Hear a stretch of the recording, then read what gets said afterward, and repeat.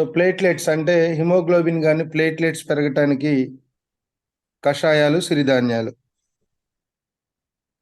So చాలా మంది తల్లులు బ్లడ్ పర్సంటేజ్ తగ్గిపోయి చాలా రకాలుగా ఇబ్బంది పడుతూ ఉంటారు. సో ప్లేట్లెట్స్ పెరగటానికి, హిమోగ్లోబిన్ పెరగటానికి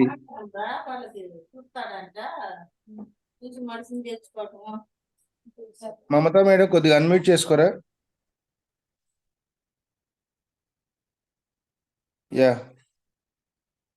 కషాయాలు వచ్చేసి ప్లేట్లెట్స్ పెరగటానికి ఒక వారం పాటు, అంటే ఇప్పుడు మనకి ఫీవర్లు, సీజనల్ డిసీజెస్లో ఫీవర్ అనేది వేధిస్తూ ఉంటుంది. టైఫాయిడ్ వచ్చినప్పుడు, డెంగ్యూ వచ్చినప్పుడు సడన్గా ప్లేట్లెట్స్ అన్ని డ్రాప్ అయిపోతాయి. సో ఆ సమయంలో మనం ఏం చేయాలనేది చూద్దాం. ఒక వారం పాటు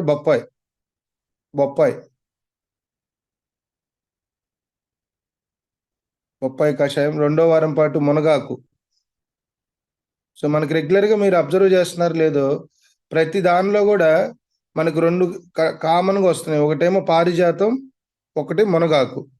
సో ఈ రెండింటిని రెగ్యులర్గా వాడాలండి. మునగాకు రెగ్యులర్గా వాడటం వల్ల చాలా బెనిఫిట్స్ ఉన్నాయి. సార్ బొప్పాయి ఆకు, బొప్పాయి పండ? బొప్పాయి ఆకు మేడం. బొప్పాయి ఆకు కషాయం రెండో వారం మునగాకు, మూడో వారం చింత చిగురు, నాలుగో వారం పారిజాతం లేదా సదాపాకు లేదా వెలక్కాయ ఆకు లేదా తిప్పతీగ. ప్లేట్లెట్స్ పెరగడానికి కషాయాల చికిత్స మరొకసారి రిపీట్ చేస్తున్నాను, ఒకసారి అందరూ గమనించండి. ఒక వారం పాటు బొప్పాయి ఆకు కషాయం, రెండో వారం పాటు మునగాకు కషాయం, మూడో వారం చింత చిగురు, నాలుగో వారం పారిజాతం, సదాపాకు, వెలక్కాయ ఆకు, తిప్పతీగ. చింత చిగురు చిన్నప్పుడు పప్పులో వేసుకుని అంటే ఇప్పుడు అది దొరకట్లా, కానీ సీజనల్గా దొరికిద్ది. చింత చిగురు పప్పు అంటారు. సో ఇటువంటి మనం రెగ్యులర్గా తీసుకోవటం వల్ల కూడా మనకి ప్లేట్లెట్స్, హిమోగ్లోబిన్ లెవెల్స్ అనేవి పెరుగుతాయండి. తర్వాత సిరిధాన్యాలకు వెళ్తే సిరిధాన్యాల చికిత్స ఒకసారి చూద్దాం. ఎస్పెషల్లీ ఇంట్లో వెంకటరత్నం గారు, నేను మళ్ళీ రిపీట్ చేస్తాను, మ్యూట్ చేసుకోండి. సో మళ్ళీ ఒకసారి రిపీట్ చేస్తున్నానండి. కషాయాలు ఒక వారం పాటు బొప్పాయి, లాస్ట్ వన్ చాలు. నాలుగో వారం వచ్చేసి పారిజాతము, సదాపాకు, తిప్పతీగ. ఈ మూడిట్లో ఏదైనా మనం తీసుకోవచ్చు.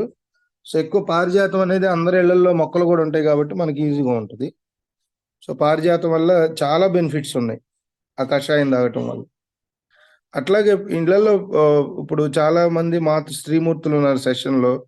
పిల్లలకి ఎర్లీ మార్నింగ్ బాక్సెస్ పెడతారు కదా, ఎక్కువ ఆకుకూరలతో బాక్స్ ప్రిపేర్ చేయండి వాళ్ళకి. ఒకరోజు తోటకూర, పాలకూర.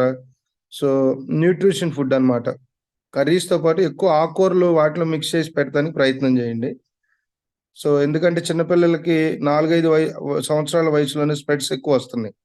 సో మనం ఫుడ్ విషయంలో కొద్ది జాగ్రత్తలు తీసుకుంటే ఆటోమేటిక్గా వాళ్ళకి రెక్టిఫై చేయొచ్చు. తర్వాత సిరిధాన్యాలకు వచ్చేసరికి సామలు 2 రోజులు, అరికెలు 2 రోజులు, కొరలు 1 రోజు, ఓదలు 1 రోజు, అంటుకొరలు 1 రోజు. సిరిధాన్యాల చికిత్స మళ్ళీ ఒకసారి రిపీట్ చేస్తున్నాను. సామలు 2 రోజులు, అరికెలు 2 రోజులు, కొరలు 1 రోజు, ఓదలు 1 రోజు, అంటుకొరలు 1 రోజు. సో సిరిధాన్యాలు వాడే విధానం మనకు తెలుసు. వీటిని సిరిధాన్యాలు ముందుగా 3 నుండి 6 గంటల వరకు నానబెట్టి వండుకోవాలి. అంటే ఎర్లీ మార్నింగ్ మనం ప్రిపేర్ చేస్తున్నామంటే నైట్ మనం నానబెట్టాలి 6 అవర్స్. సో దాని ద్వారా ఏంటంటే ఫుడ్ కూడా సాఫ్ట్గా ఉంటుంది, బాగా డైజెషన్ ఈజీ అవుతుంది. సో ఇది మనకి ప్లేట్లెట్స్ పెరగడానికి. ఇంకోటి పక్షవాతం గురించి తెలుసుకుందాం. పక్షవాతానికి అంటే దాదాపు ఒక 50-60 సంవత్సరాలు దాటినాక నరాల బలహీనతతో చాలా మంది సడన్గా పక్షవాతం వచ్చి ఇదైపోతున్నారు. వాళ్ళు నిత్య జీవితంలో పాటించవలసిన నియమాలు. కషాయాల్లోకి వచ్చేసరికి ఒక వారం పాటు బెల్వం, రెండో వారం గరిక కషాయం,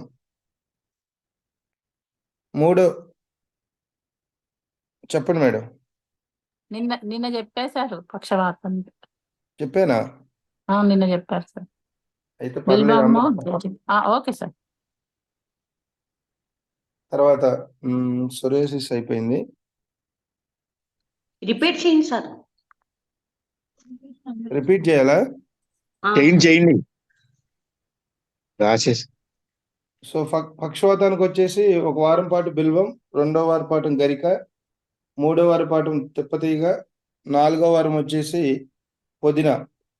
అట్లాగే ఒక వారం పాటు కొబ్బరి నూనె, 2వ వారం వేరుశనగ నూనె, 3వ వారం నువ్వుల నూనె.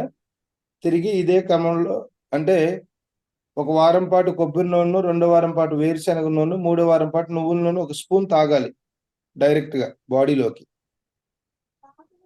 సో కషాయాలతో పాటు కషాయాలు అనేది బిల్వం, గరిక, తిప్పతీగ, పుదీనా ఈ రెగ్యులర్ గా 4 వీక్స్ చేస్తాము.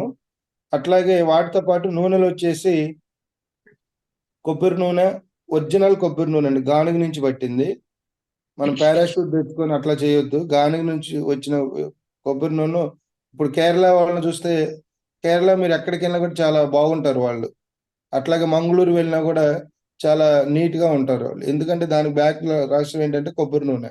వాళ్ళు ఎక్కువ ఆయిల్లో కొబ్బరి నూనె వాడతారు. సో దానివల్ల వాళ్ళు ఫిజికల్ గా కానీ సో ఉండటానికి మెయిన్ రీజన్ అది.